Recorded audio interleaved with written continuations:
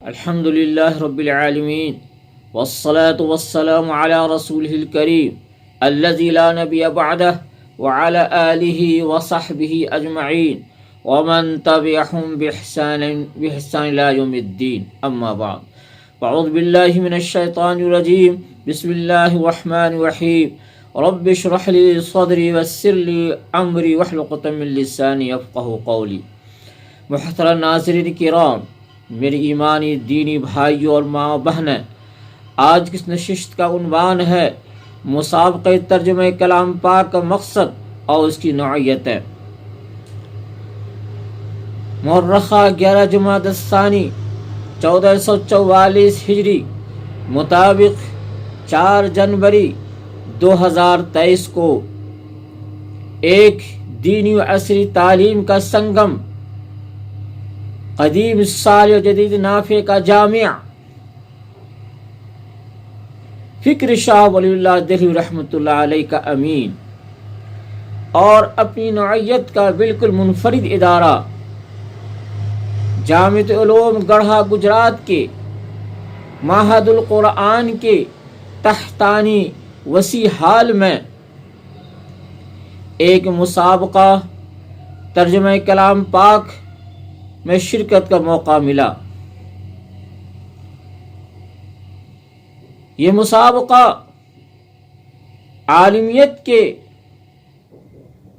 طلباء کے درمیان ہوا تھا۔ شعبہ عالمیت کے مختلف درجات کے طلباء کے درمیان یہ مسابقہ منعقد ہوا تھا۔ اس مسابقے میں 3 گروپ بنائے گئے تھے: علیا، وسطی، سفلی۔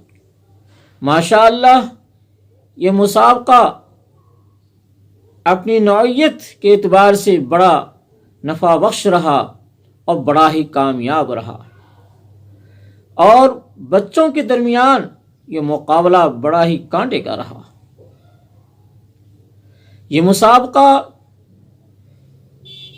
عامہ پارہ اور مختلف صورتوں سے منتخب آیات کے بامحاورہ سلیس ترجمے اور کہیں کہیں سے مفردات کے لغوی معنوں پر مشتمل تھا۔ یقیناً یہ مسابقہ اپنی نوعیت کا منفرد اور یکتا تھا۔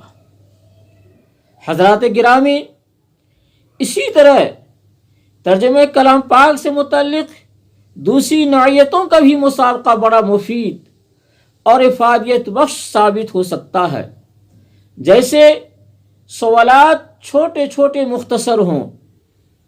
ایک سوال کسی ایک 1.5 سطر کی آیت کا صرف بامحاورہ سلیس ترجمہ، اور دوسرا سوال کسی چھوٹی آیت کا تحت اللفظ ترجمہ، تیسرا سوال نحوی ترکیب، چوتھا سوال صرفی تعلیل، اور 5واں سوال مفرد الفاظ کے لغوی معنی۔ حضرات گرامی، مسابقے کو مزید مفید اور افادیت بخش بنانے کے لیے اگر اس میں اضافہ ہو جائے کہ جن آیات کا بامحاورہ سلیس ترجمے کو ہم سوال بنائیں تو ان آیات کا ہم اس کے لیے انتخاب کریں جن آیات سے باطل فرقوں کے باطل عقائد کی تردید ہوتی ہو، یا ان آیات سے دور حاضر کے اندر جو باطل نظریے پھیلے ہوئے ہیں، جو باطل افکار منتشر ہیں، ان میں سے کسی فکر، کسی باطل نقطہ نظر کی تردید ہوتی ہو۔ اگر ایسا کیا جائے تو یہ مسابقہ ایک تیر 2 شکار کے مترادف ہو جائے گا، اور علمی اعتبار سے بھی بڑا مفید ثابت ہوگا، اور اس کی افادیت جو 2 چند ہو جائے گی۔ جہاں تک کہ اس طرح کے مسابقے کا بنیادی مقصد کیا ہو سکتا ہے، یا کہیے کہ اس کے مقاصد و اہداف کیا ہیں، میرے دوستو بزرگوں، اس کے بنیادی مقاصد و اہداف تو یہ ہیں کہ طلبہ کے اندر قرآن مجید کے اندر غور و فکر کرنے کا مادہ پیدا کیا جائے اور قرآن مجید سے ان کے تعلق کو گہرا سے گہرا کیا جائے، ان کے اندر قرآن فہمی کا ذوق پیدا کیا جائے، ان کے اندر قرآن مطالعہ کرنے کا ذوق پیدا کیا جائے اور قرآن مجید کے اندر غور و فکر کرنے کا عادی بنایا جائے، جیسا قرآن مجید کا مطالبہ ہے افلا يدبرون القرآن، کیا وہ قرآن غور و فکر نہیں کرتے ہیں؟